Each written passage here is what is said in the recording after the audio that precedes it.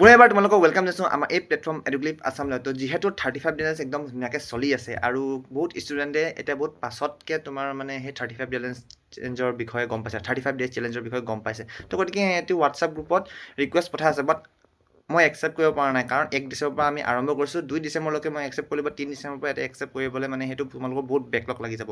তো তাৰ কাৰণে মই এটা উপায় দিছোঁ, যিহেতু মই ফাৰ্ষ্ট ফেজ বুলি এটা ভিডিঅ' আপলোড কৰিছোঁ 35 ডেজৰ ফাৰ্ষ্ট ফেজ, যিটো ডে নম্বৰ 1 পৰা ডে 16লৈকে আমি সেইবোৰ চেপ্টাৰ্ছৰ কি লেকচাৰ আমি গ্ৰুপত দি আছোঁ, সেইবোৰ লেকচাৰৰ প্লেলিষ্ট তোমালোকে এইটো ভিডিঅ'ৰ ডেছক্ৰিপশ্যনত পাই যাবা। তো তোমালোকে গতিকে সেইটো প্লেন মতে নিজে এই লেকচাৰ্ছবোৰ চাই মেলি তোমালোকে প্ৰিপেয়াৰ কৰিব পাৰা আৰু নিজৰ এটেণ্ডেঞ্চটো দি দিবা যে মই আজিৰ পৰা এইটো প্লেলিষ্টৰ পৰা পঢ়িবলৈ আৰম্ভ কৰিলোঁ, day 1 completed, day 2 completed, day 3 completed বুলি ধুনীয়াকৈ কমেণ্ট কৰি দিবা, যাতে তো তোমাৰ যিহেতু মই আজি এইটো পষ্ট কৰিছোঁ, তোমালোকে যেতিয়া ভিডিঅ' চাবা তাৰ পাছৰ দিনৰ পৰা তোমালোকে ডে 1 বুলি সেইটো আৰম্ভ কৰিবা।